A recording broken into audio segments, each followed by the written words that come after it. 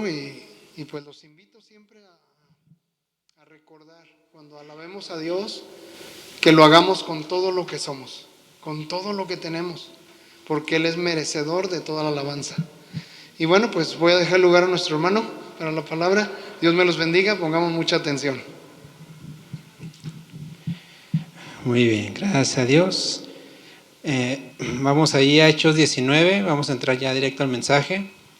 La semana pasada recuerden que ya habíamos entrado ahí a Hechos 19, vimos la unión que hay de Hechos 18 y Hechos 19 y vimos lo que era una salvación incompleta. ¿Sí se acuerdan? Recalcando que obviamente no existe eso, ¿no? O se es salvo o no se es salvo. Porque a veces creemos que porque alguien genuinamente en su religión o en lo que cree, genuinamente busque ser salvo, pues aunque genuinamente lo haga de todo corazón, pues no va a ir al cielo. El único camino es Jesús. Y vimos ahí cómo estos discípulos, pues que eran genuinos buscadores de la palabra, no habían sido salvos porque no habían recibido el Espíritu Santo, no habían sido bautizados. Entonces vimos la importancia de no es a nuestra manera, no es como uno cree, no es con a una forma distinta, es conforme al Jesús bíblico. Amén. Entonces hoy vamos a ver lo que sigue ahí de Hechos 19. Recuerden, ya estamos en Éfeso. Corinto quedó un poquito atrás, ahora estamos en Éfeso. Éfeso es una iglesia de la cual también se nombran muchos dones, mucha diversidad. De hecho, varios de los dones del Espíritu están marcados ahí en Éfeso, en Efesios, perdón, en la carta de Efesios. Y vemos también una instrucción importante de Pablo a Timoteo, que fue el que más tarde se quedaría como pastor principal de la iglesia de Éfeso. Y vemos varias instrucciones respecto a la palabra. El tema del día de hoy es la palabra del Señor prevalece. Porque íbamos a ver, ahora sí que varias cosas que pasaron allí en Éfeso, y en medio de todo esto, quien tiene el control, quien prevalece es la palabra del Señor. Actualmente estamos en un mundo donde cada quien tiene su verdad, cada quien empieza a distinguir el mundo de acuerdo a su cosmovisión, a su forma o a su entendimiento, y deja de lado una verdad esencial o una verdad absoluta. Entonces todo se empieza a ver de forma relativa. Ahora sí que a gusto de cada quien o a gusto de quien más le convenga, ¿no? Recientemente, no recientemente, tiene varios tiempo que estaban anunciando, creo que fue en la región de España, que grupos LGBT y sabe qué tanto más, empezaron a hacer ciertas leyes donde ponían el cristianismo como un extremismo religioso. Y cuando uno habla de extremistas religiosos, pues casi siempre se va a aquellos árabes, hinduistas, que básicamente se explotan o se inmolan por sus dioses, ¿no? Eso, o hacen terrorismo en el nombre de sus dioses. Es lo que anteriormente se conocía como extremismo religioso, pues ahora no. Con simplemente el hecho de decir, ¿sabes qué? Eso no es conforme al diseño de Dios, ya, es extremismo religioso. Decir, no te voy a casar en una iglesia, no los voy a casar, ya es extremismo religioso. ¿Por qué? Porque a la cosmovisión o a la verdad de alguien, eso ya es terrorismo, ¿no? Entonces, en medio de todo eso, pues nos vamos a enfrentar a situaciones duras, a situaciones difíciles. A lo mejor aquí todavía no, pero digo todavía porque llegará. Si tan solo ya conocemos leyes ya establecidas donde básicamente en redes sociales o en lugares públicos el gobierno tiene control de quitar, de pausar, de eliminar contenido que ellos consideren ofensivos para ciertos grupos, aunque no sea directamente mi opinión, sino lo que está escrito. O sea, parece una tontería, algo ilógico que yo quiera creer en un Dios que ha dicho, mi diseño original es así, pero yo digo, quiero ser de ese Dios, pero a mi manera, a mi diseño, y quiero que me case ese Dios. Y eso suena ilógico, ¿no? Porque quieres creer, porque quieres ser parte de esto. Si, yo no te lo estoy diciendo, lo dice la Biblia. La Biblia que según tú lees, la Biblia que según tú crees, que ese es el diseño, ¿no? Y entonces es donde empiezan ya a quitar la verdad, a decir, bueno, es tu opinión, es tu verdad, y es donde empiezan ya a enfrentarse al individuo y no a la Biblia. Sí, porque ellos pues básicamente atacan a las personas, a los cristianos, Los extremistas son los cristianos. Los religiosos son los cristianos. Cuando en lugar de decir, bueno, es que es lo que su Biblia dice, ¿no? Pues sí. O sea, no es mi opinión, es lo que la Biblia dice. Si fuera mi opinión, pues sí, yo a lo mejor soy el extremista, pero es lo que la Biblia dice. Entonces, Pablo hoy vamos a ver que en medio de oposición, en medio de, pues de varias cosas que le han pasado, ¿no? Vemos que Pablo fue apedreado. Para este punto, Pablo ya fue apedreado, ya fue amenazado, ya fue humillado, intentado ser humillado, ya había sido encarcelado, ¿sí? Ya le había pasado de todo. Pero él siguió insistiendo y entramos ahí a Hechos 19, versículo 8, y dice, y entrando Pablo otra vez en la sinagoga, habló con denuedo por espacio de 3 meses, discutiendo y persuadiendo acerca del reino de Dios. Vea, él no fue a decir, este es mi mensaje, esta es mi opinión, esto es lo que yo creo respecto a lo que yo he vivido, es mi experiencia. No, están hablando y está, en este caso, debatiendo y discutiendo respecto al reino de Dios, a una verdad establecida en donde, en la ley. Pablo, recordemos que siempre en las sinagogas con los judíos utilizaba la misma ley para demostrarles que la ley hablaba de Jesús como el Mesías. Y en medio de todo esto, Pablo no se rendía. Porque vea, dice versículo 9, pero endureciéndose algunos y no creyendo. Aquí la palabra endureciéndose es básicamente, pero no obedeciendo, no haciendo caso. Ya hemos hablado mucho acerca del corazón endurecido. Endureciéndose y no creyendo, maldiciendo el camino delante de la multitud, entonces Pablo dijo, ¿sabes qué? Si aquí ya no es solamente el rechazo, o no es solamente el sí, pero no, no, sí, es, ¿sabes qué? Ya maldigo a tu Dios, ya maldigo tu camino, ya maldigo a tu Cristo. Es donde Pablo dice, se apartó Pablo de ellos y separó, a los discípulos, discutiendo cada día en la escuela de uno llamado Tirano. Es decir, durante 3 meses Pablo estuvo yendo a la sinagoga de los judíos, como usualmente hacía. Y recordemos que ya anteriormente Pablo había dicho, ¿saben qué? Hasta aquí me sacudo el polvo, volvió a hacer lo mismo. Llegó el tiempo en que dijo, ustedes están endurecidos, el corazón a tal punto que están maldiciendo, bueno, los dejo a su suerte, los dejo a la suerte ahora sí que de Dios, ustedes con Dios. Es ahí donde nosotros también tenemos que saber identificar cuándo dejar de hablar, cuándo decir sí, cuándo decir no. ¿Sí?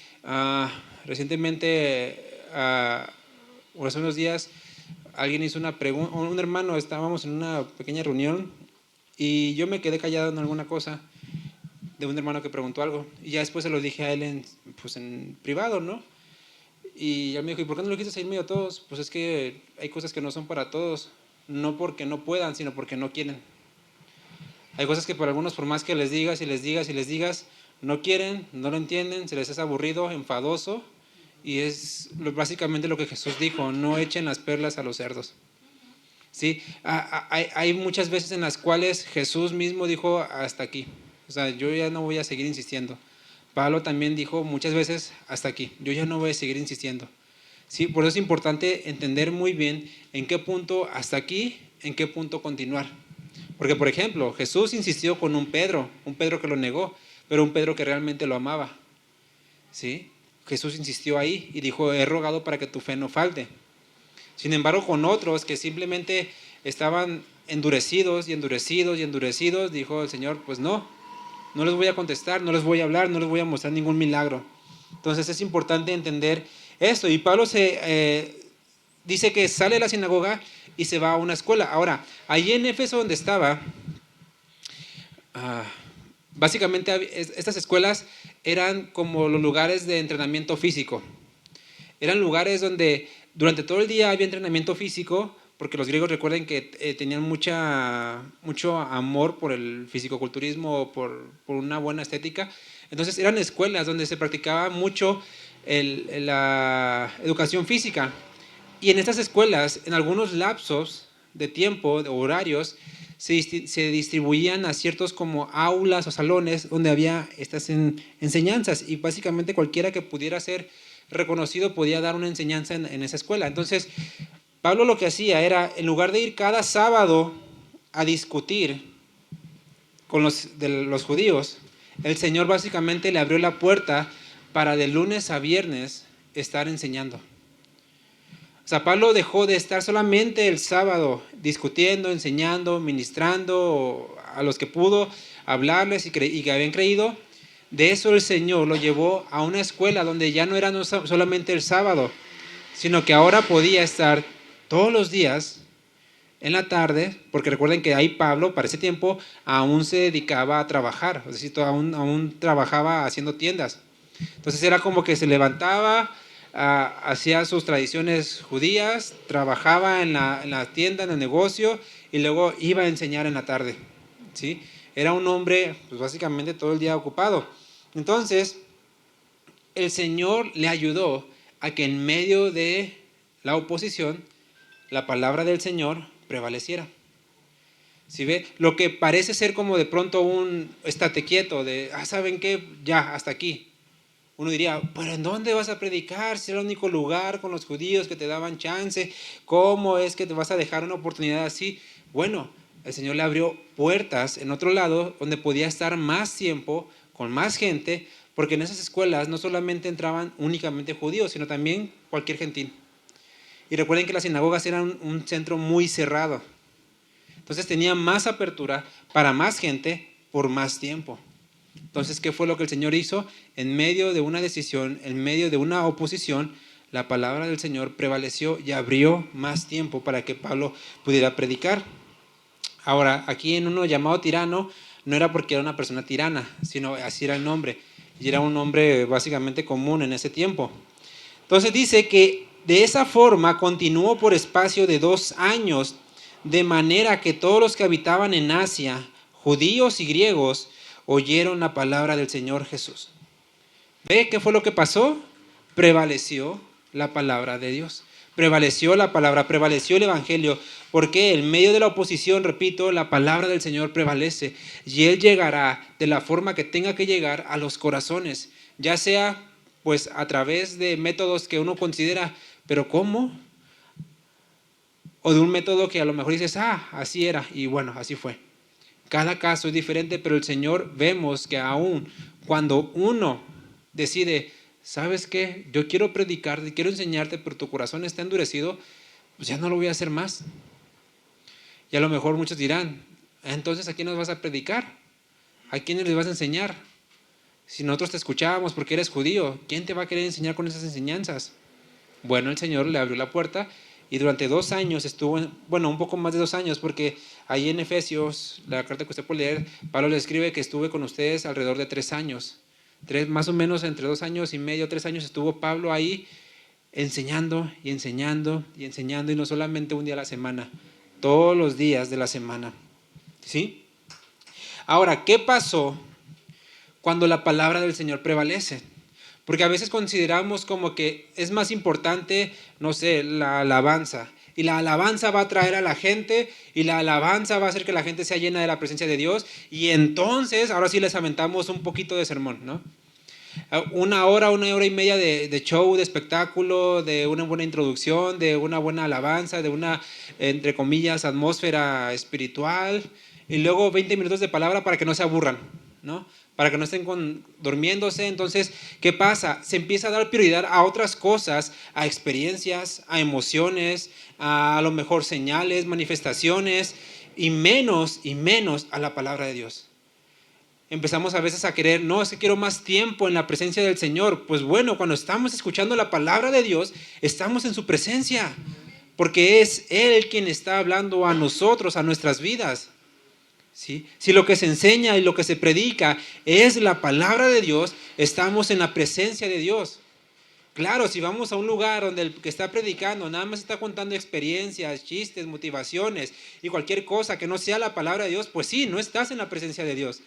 Pero si en el lugar donde estás la palabra de Dios es predicada, estás en la presencia de Dios. Y ahí donde está la presencia de Dios, en armonía con los hermanos, ¿qué es lo que dice que hacía? Versículo 11, y hacía que Dios milagros extraordinarios por mano de Pablo. ¿Quién los hacía? Dios. Es decir, no era el hombre, si bien Dios usaba al hombre, pero no era el hombre, era Dios. Y Lucas lo deja muy claro, los milagros vienen del cielo, vienen de Dios. Nosotros no los, vamos a decirlo de esta forma, no los provocamos, no los exigimos, no los ordenamos, es Dios quien los da. Pero cuando primero prevalece y hacemos caso a su palabra. Porque a veces queremos ir en orden contrario. Señor, primero te busco a ti, a mi manera. Es decir, con una alabanza, con un cántico, me arrodillo y todo lo demás. Las experiencias, las emociones, sí, lléname, lloro, canto, doy vueltas, revoloteo, hablo en lenguas y lo que sea. Señor, sáname. Y empezamos a hacer oración por los enfermos, por aquellos que sean libres. Y después nada más 5 o 10 minutos de palabra y no más porque me aburro. No más porque me enfado, no más porque ya pierdo la concentración, la atención y la gente ya no capta el mensaje. ¿Y qué pasa? Le estamos dando lugar a otra cosa antes que a la palabra de Dios. Cuando el orden es inverso. Primero la palabra de Dios. ¿Qué es lo que hizo Pablo durante 2 años? Predicar, enseñar, enseñar. Y ese fue su objetivo. ¿Y qué pasó cuando él hizo que la palabra de Dios prevaleciera y enseñara y la gente aprendiera a amar la palabra de Dios? Lo demás vino por consecuencia. Empezó Dios a hacer milagros. Aquí la palabra milagros extraordinarios es básicamente milagros que no eran simples. Eran milagros que básicamente lo que dice es te dejaba sorprendido. Con extraordinarios no se refiere a solamente que, y lo sanó de la gripa. No, eran milagros que a nuestro parecer era como que, wow. O sea, ¿cómo era eso posible? Eso es, o sea, por eso es la palabra algo que no era simple, algo que no era sencillo. Porque ahí donde estaban ellos, en Éfeso, habían muchos curanderos, muchos artífices de la magia oscura o nigromante, como lo quiera conocer, donde básicamente la brujería era su pan diario. El exorcismo era diario. Entonces, ellos no se iban a dejar impresionar por cualquier cosita. ¿Sí? Por eso que de repente ponen, ¿no? en las ciertas campañas, ¿no? Donde están los brazos así extendidos y ¡ay, le creció! ¿No? Ellos no se iban a dejar impresionar por eso. ¿Sí? Ellos iban a ver esto es real o no, porque aquel mago de allá hace estas cosas y ¡wow! ¿No? Por eso Dios en ese momento hace milagros que no eran simples ni sencillos, o sea, que no se podían imitar, que no los podían copiar. Y dice, fue tan grande estos milagros que aún se llevaban a los enfermos los pañuelos o delantales del cuerpo de Pablo, y las enfermedades se iban de ellos y los espíritus malos salían. Vea, no sabemos, no se nos dice aquí, si Pablo les decía, ten, ve y llévalo, o si ellos mismos agarraban los pañuelos de Pablo y yo se lo llevo a mi enfermo. Cualquiera de las dos. El punto es que Dios usaba eso para mostrar su poder. Para mostrar que Él no andaba con cuentos, con imitaciones, que no andaba con hechizos, con magia, que lo de Él era verdad, que sus señales eran verdaderas, porque iban acompañadas, repito, de una palabra verdadera. Ahora, esto que pasó aquí es una historia de un apóstol a quien Jesús había delegado, a quien Jesús había escogido. En ningún momento está diciendo así debe de ser. Porque luego tenemos en la actualidad muchos queriendo imitar esto. Ten y se secan todo el sudor y llévaselo a tu enfermo, ¿no? Y no es ningún mandato, ninguna orden para decir, tú hazlo. Porque a veces agarramos, repito, de lo que está escrito ahí como historia, no como mandato, lo que nos conviene. Y empezamos a querer hacer, ahorita lo que vamos a ver más adelante, imitaciones de algo real que Dios sí hizo, pero lo que hacemos nosotros a veces es imitar. Imitar puede ser, lo que aún con buenas intenciones, póngale usted, pero no deja de ser imitación si Dios no lo ha dicho. El punto aquí claro es que tenemos que hacer solamente lo que Dios dice que hagamos. Si Dios a ti te habla directamente a tu corazón, a tu mente, a tus oídos y te dice, agarra tu pañuelo, tu camiseta, tu calceta sucia, mugrosa y llévasela a tu hermano, pero si estás seguro que es Dios, hazlo. Si solamente es por querer imitar algo que suena, se ve o es wow, entonces estamos imitando algo real, algo que Dios hizo, pero no deja de ser imitación. Y mucho de esto repito, se empieza a confundir en la fe. Es que tienes mucha fe, es que yo tengo poca fe, es que tienes... Y algo que tenemos que aprender es que la fe es la certeza de lo que se espera, la convicción de lo que no se ve, pero es en lo que Dios ha dicho. Es decir, Dios ha dicho esto, en eso voy a tener fe. No voy a poner mi fe en algo que yo creo que Dios ha dicho. Es muy distinto. Yo puedo decir, yo creo que Dios de aquí a fin de año me va a dar $1,000,000. Y yo creo, y tengo fe de que así será. Y es más, me voy a endeudar con un carro y con varias cosas porque a fin de ese año Dios me va a dar $1,000,000. ¿Sí? Pero ¿en qué parte Dios lo ha dicho? ¿Cómo Dios lo ha dicho? Entonces, eso no es una fe porque no hay una certeza. Fe, a veces lo confundimos con algo probable que pueda que pase. Y eso no es fe. La misma palabra dice, fe es una certeza, es decir, de seguro va a pasar. Y a veces tenemos fe en cosas que puede que pasen. Y es ahí donde caemos a veces en el error de decir qué y qué no es fe. Fe es una certeza, es decir, es seguro. Y que es seguro la palabra de Dios. Por eso las señales, los milagros son extra a lo seguro. ¿Cuál es lo seguro? La palabra de Dios. Pedro dice, a esta roca como ancla tenemos que estar bien agarrados, firmes, no movernos del cimiento, del fundamento. Entonces, vemos que Dios utilizaba aún las prendas, utilizaba los pañuelos de Pablo para sanar y para sacar espíritus malos. Es como una señal similar más o menos a lo que se cuenta de Pedro, que la gente ponía a sus enfermos para que aún su sombra pasara y sanaran. ¿Sí? O sea, básicamente esto era otra de las señales apostólicas que estaban atestiguando a Pablo como un apóstol con todas las de la ley. Sí, porque sus milagros no eran falsos, estaban acompañados su palabra de poder, de sanidad, de milagros. Entonces, ¿qué pasa aquí? Lo que ya dijimos, pero algunos de los judíos, exorcistas ambulantes, intentaron invocar el nombre del Señor Jesús sobre los que tenían espíritus malos. ¿Ve lo que les digo? Veo algo que me conviene, veo un buen negocio. Miren, yo he visto entrevistas, documentales, y usted los puede ver en internet, de gente que literalmente sube sus historias sobre cómo utilizó eventos evangelísticos, entre comillas, para simplemente sacar dinero. Hay una historia no recuerdo exactamente el nombre, pero es el documental que de un mismo pseudoevangelista, él se grabó, hizo el documental donde él mismo mostraba cómo engañaba a la gente para que creyeran que estaban sanos, para que creyeran que recibían el Espíritu Santo, para que creyeran que habían sido llenos de la unción y del poder, y cómo utilizaba eso para simplemente sacar dinero. En el documental se ve cómo él está contando el dinero y empieza a contarle de un lado, no, es bien fácil empezar a hablar de la unción, empiezo a sentir algo, empiezo a sentir cosas y empieza a hablar, y básicamente esos son los que Dios dijo, estos son ladrones. Estos son ladrones que vienen a matar, a destruir. Lobos rapaces vestidos de ovejas. ¿Sí? Cuando se nos narra ahí en la escritura donde dice que el ladrón viene a matar, a hurtar y a destruir, no habla del enemigo, no habla del diablo, habla de personas. ¿Sí? Si usted lee ahí bien clarito, el contexto está hablando de los falsos profetas y de los falsos maestros. Y no está hablando del diablo así en esencia, está hablando de personas.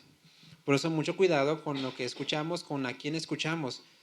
Tenemos que estar siempre firmes en la palabra de Dios. Entonces vemos que algunos intentaron invocar el nombre del Señor Jesús sobre los que tenían espíritus malos, diciendo, os conjuro, o los invoco, o los ato, como lo quiera ver, por Jesús, el que predica a Pablo. ¿Sí? Esa era como su fórmula. El Jesús, el que predica a Pablo, y vete, sal fuera. ¿Por qué? Porque, repito, Éfeso era una ciudad con muchísima hechicería. Entonces, había exorcistas, incluso judíos, que se dedicaban a, mediante un montón de faramayas, tratar de exorcizar a la gente. Y vieron que Pablo simplemente con decir fuera en el nombre de Jesús, o incluso solamente con sus trapos, echaba fuera demonios y decían, no, pues es mucho más fácil. Porque de verdad, había muchísimos rituales. Iban a buscar una rama de sabe qué tipo, hacían un aceite de sabe qué tipo, un incienso de qué tipo, y un montón de cosas y de recitaciones y un montón de fórmulas básicamente de drogas para tratar de sacar. Entonces, ¿qué era más fácil, no? El Jesús que predica Pablo, que nomás con decir el nombre ya era fuera, y viendo que incluso con los trapos eran fuera demonios, pues nos ahorramos y qué lana más fácil, ¿no? Entonces dice, había 7 hijos de un tal Esceva, judío, jefe de los sacerdotes, que hacía esto. Y gente que incluso pues eran judíos que practicaban la ley, o sea, que conocían de la ley, hacían de la ley un negocio.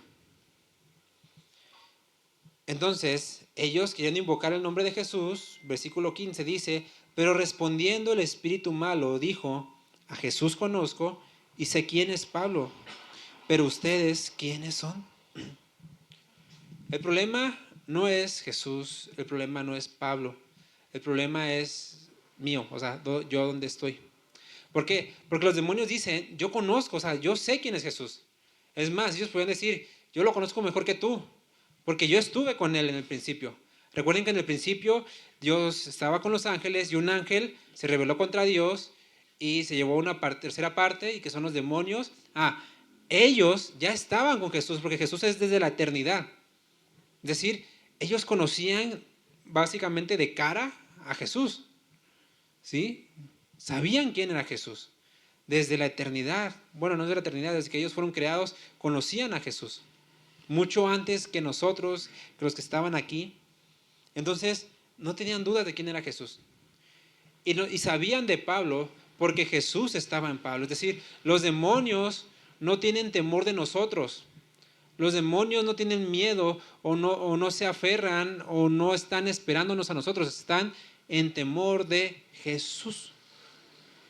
Cuando a veces vamos con una falsa autoridad, pretendiendo ser lo que no somos, contra espíritus malos o lo que sea, por orgullo, por vanidad, por demostrar que yo soy muy santo o con una genuina intención buena, si no tenemos a Jesús, el espíritu no tiene todo contra nosotros. ¿Por qué? Porque somos hijos del diablo. Jesús ha dicho, si no son hijos de Dios, son hijos del diablo. Nada más que a veces creemos que solamente los endemoniados son hijos del diablo.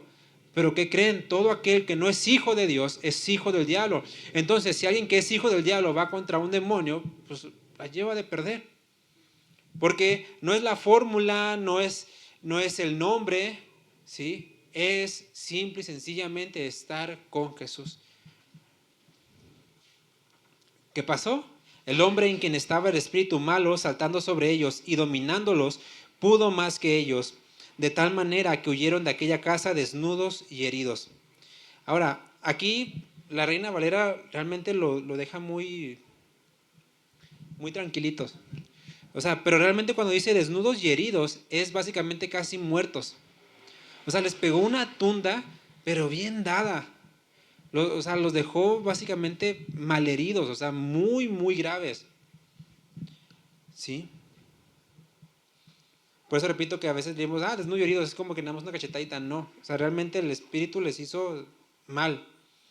Y es que cuando vamos a enfrentarnos al enemigo sin Dios, pues básicamente estamos del lado del enemigo. Y Él tiene potestad sobre nosotros. Si estamos sin Dios, el diablo tiene todo derecho y control sobre nosotros porque es el príncipe de este mundo y es el príncipe de aquellos que no son hijos de Dios. Entonces Él tiene el control y Él puede hacer con ellos lo que les plazca. Por eso mucho cuidado con quién estamos, con quién estamos. Dice, y esto, lo que andaban haciendo, lo que pasó, fue notorio a todos los que habitaban Éfeso, así judíos como griegos. ¿Y qué pasó? Y tuvieron temor todos ellos. ¿Y qué pasó? Dijeron, no, Pablo está picudo. Pablo está... No, dice, y era magnificado el nombre del Señor Jesús. ¿Por qué creen que pasó esto? ¿Por qué creen que Lucas narra que las señales, que lo que pasaba, iban a Jesús?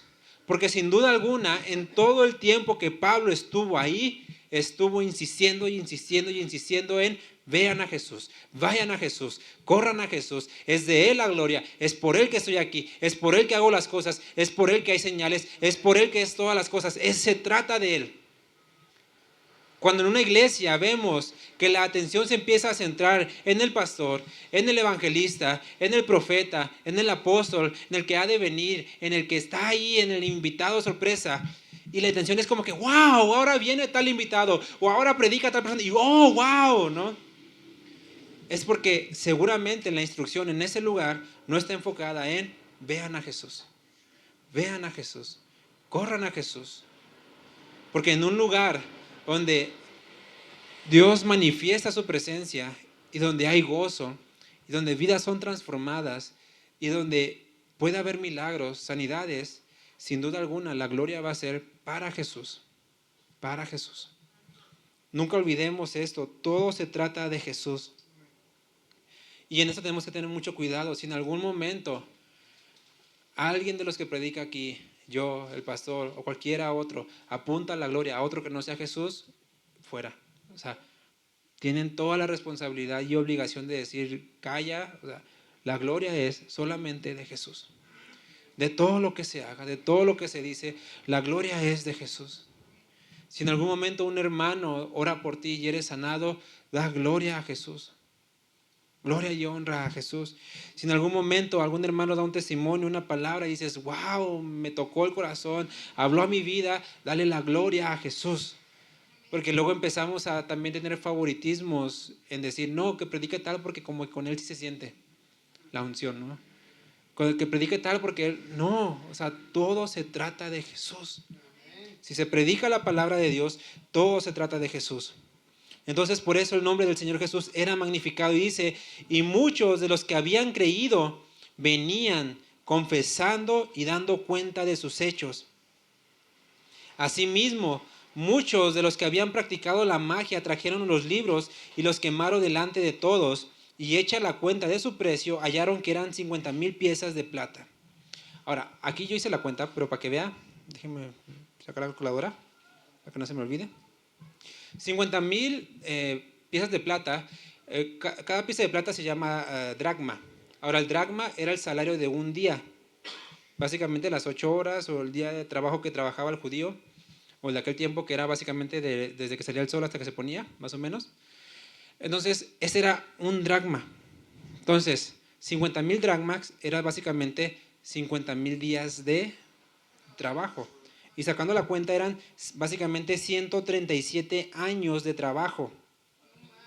137 años de trabajo era lo que trajeron estos a quemar. Ahora, esto a lo que nos lleva es básicamente no de una sola persona, ¿no? Obviamente eran muchos. Ahora, Éfeso era una ciudad que se caracterizaba, repito, por mucha magia, brujería, hechicería, etc. Entonces, sin duda alguna, de todos estos que venían libros, eran de sus antepasados, de gente que había escrito o que habían conseguido, o de bibliotecas a lo mejor enteras, porque había bibliotecas muy grandes de pura hechicería.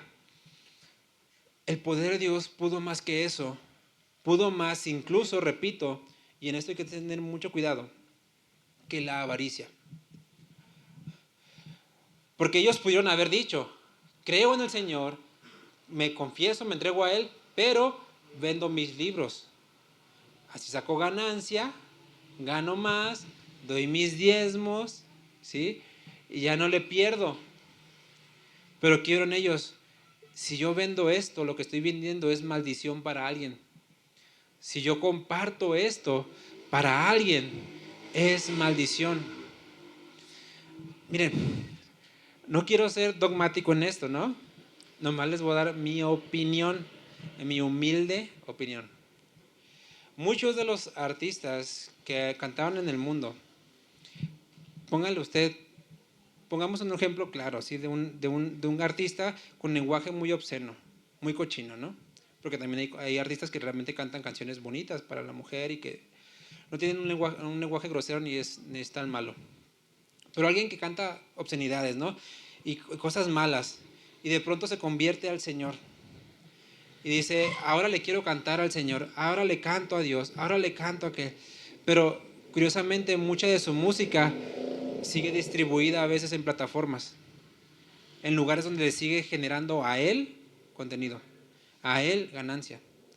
Claro, muchas veces es por contratos y cosas así que se dan y todo, por eso digo, no quiero ser dogmático, pero ¿qué de mi vida pasada realmente estoy dejando y qué de mi vida pasada quiero seguir conservando porque genera ganancia a mi vida? Aunque le haga daño a otros, aunque le genere daño o mal a otros. ¿Sí me entienden? Por eso repito, no quiero ser así que cada quien sabrá, ¿no? Pero aquí estamos viendo que esos libros, sí o sí, iban en contra de Dios. Y si ellos los vendían, aunque aparentemente iban a generar ganancia y pudieran hacerlo, no, es para el Señor, para su iglesia, para lo que sea, pues iban a hacer más mal.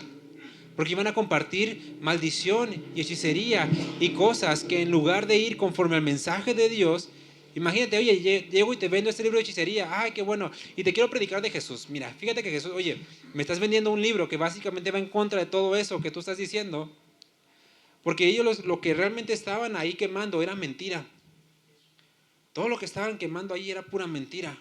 Entonces nos deja ver que la enseñanza de Pablo era muy, muy efectiva, porque no consideraron aún sus intereses sobre lo que el Señor quería, sobre la voluntad del Señor, sobre ir aún en contra de su propia conciencia, sabiendo que le podían hacer daño a alguien. No se dejaron guiar con una aparente religiosidad, con un aparente, un amor hipócrita, porque de verdad, se da mucho a veces en las iglesias, mucho, y yo lo he visto, de situaciones cuando dices, ¿cómo se te ocurre hacer esto? Y lo utilizan, no, es que es para ganar más almas, no, es que es para dar para la iglesia, no, es que es para bendecir a Dios, pero ¿cómo vas a bendecir a Dios con un trasfondo de algo que es maldición, con algo que va en contra de Dios? Por eso aquí nos deja ver que ellos no consideraron el dinero, la ganancia, la inversión que pudieron haber puesto en decir, esto va en contra de Dios, lo quemó. Y tiene que ver mucho, obviamente, con la instrucción. No se nos dice que fue Pablo el que les dijo quemen todo eso, pero seguramente Pablo les instruyó en lo que era la verdad delante del Señor. Y como la palabra dice, y les dice de hecho a los efesios, los adivinos, los hechiceros, los agoreros, los que practican tales cosas no entrarán en el reino de Dios. Y a los corintios le dicen, y muchos de ustedes eran así en otro tiempo. Si algunos de ustedes eran afeminados, eran ladrones, eran borrachos, eran brujos, practicaban la hechicería, dice, eran así algunos de ustedes, pero ahora son nueva criatura en Cristo. Entonces, todo esto pasó en un lugar donde dice, versículo 20, así crecía, ¿y qué? Y prevalecía poderosamente las señales, los milagros, Pablo, la palabra de Dios. La palabra. Y todo empezó, ¿dónde? Pablo haciendo una demostración de poder, diciendo, yo soy el apóstol, vean cómo Jesús me mandó. ¿Dónde empezó todo?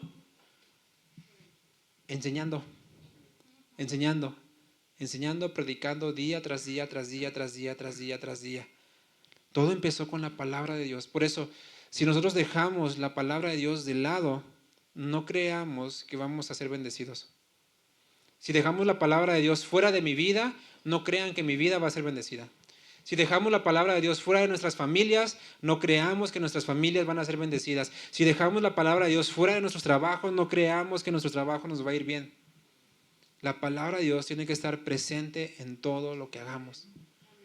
Tan solo en Colosenses dice, no trabajes mirando al ojo de tu jefe, como los demás hacen. Tú trabajas como para el Señor. Y es lo que dice la palabra. En mi trabajo no voy a hacer tranzas, no voy a hacer fraude, no voy a intentar irme por el camino fácil, voy a hacer el trabajo como debe de hacerse, como yo quedé de hacerlo. ¿Sí? En mi familia, hacer las cosas como dice el Señor, instruir a mis hijos, enseñar a mis hijos, ser piedra de tropiezo sobre mis hijos hijos, obedecer a sus papás, ¿sí? Amarnos entre nosotros. Si hacemos lo que dice la palabra de Dios, seremos bendecidos, así como Éfeso fue bendecido. Y sin duda alguna, mucho de lo que hay dentro de nosotros va a salir a flote, pero ¿qué vamos a hacer? Te lo rindo, Señor. Te lo entrego, Señor. No quiero que esto afecte ni haga más daño. Pasadas estas cosas, Pablo se propuso en espíritu ir a Jerusalén, después de recorrer Macedonia y Acaya, diciendo: después que haya estado allí, me será necesario ver también a Roma. Y vea esto, Pablo nunca fue a Roma. Al menos en Hechos no se nombra que fue a Roma. Muchos dicen que posiblemente fue a Roma ya en sus últimos días antes de morir. Pero en lo que se narra en la Biblia, Pablo nunca fue a Roma, pero era su deseo ir a Roma. Y enviando a Macedonia a 2 de los que le apoyaban, Timoteo y Erasto, él se quedó por algún tiempo en Asia. Pablo siempre donde estaba, predicaba, predicaba, predicaba y predicaba. A veces creemos que el evangelismo de Pablo se traducía en solamente ir a una ciudad, hablar 2 o 3 días, señales, milagros, vámonos para otra ciudad. No, sus viajes misioneros duraban años, años y años, y no solamente por el trayecto que recorría, sino por el tiempo que se quedaba en cada ciudad. En algunas ciudades se quedaban 1 año, en otras hasta 5 años. Aquí en Éfeso se quedó alrededor de 3 años. ¿Por qué? Porque él quería demostrar e instruir a la gente en la palabra de Dios. Su fin no era nomás hacer una, como dicen por ahí, una explosión de milagros y órale, vámonos. No, su fin era ir y hacer discípulos, porque ese fue el mandato de Jesús. Vayan y hagan discípulos. El mandato no es nomás ir, tiren un sermón, 1, 2, 3 señales y pum, vámonos a la siguiente nación. No, es vayan y hagan discípulos, y discípulos requiere tiempo. Tiempo. Entonces, ¿cuál es nuestra disposición ante la palabra del Señor? ¿Cuál es nuestra voluntad hacia la palabra del Señor? Porque es lo que sí o sí nos va a bendecir. Si endurecemos nuestros corazones, Dios se va a apartar de nosotros. Dios va a apartar su palabra de nosotros, y nuestras familias no van a estar bajo la palabra de Dios. Queremos una iglesia bendecida, queremos familias bendecidas, queremos hijos bendecidos, matrimonios bendecidos. Hagamos y atendamos a la palabra de Dios. De otra forma, no hay camino fácil o diferente. Es lo que el Señor instruyó. Amén. Vamos a hacer oración. Padre, te damos gracias por tu palabra el día de hoy. Gracias porque hablas a nuestras vidas y nos ayudas en todo, Señor. Te rogamos que envíes tu palabra a nuestras vidas, que no dejes de mandar palabra, alimento a nuestros corazones, Señor. Necesitamos de ti, necesitamos de tu voluntad, necesitamos conocerte a ti, porque en tu palabra tú envías salvación, tú envías fe, tú envías gozo. En tu palabra es donde está la verdad, es donde nos acercamos a ti para entenderte y conocer tu voluntad, Señor, la cual es buena, agradable y perfecta. Ayúdanos a acercarnos con un corazón sincero, agradecido, esperando ser llenos de lo que tú tienes que decirnos a nosotros. Háblanos día tras día, Señor.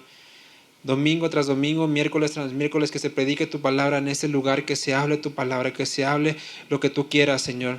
Y que día tras día en nuestra vida diaria busquemos escuchar, leer, atender a tu palabra, Dios. Te lo rogamos en el nombre de tu Hijo Jesús. Amén.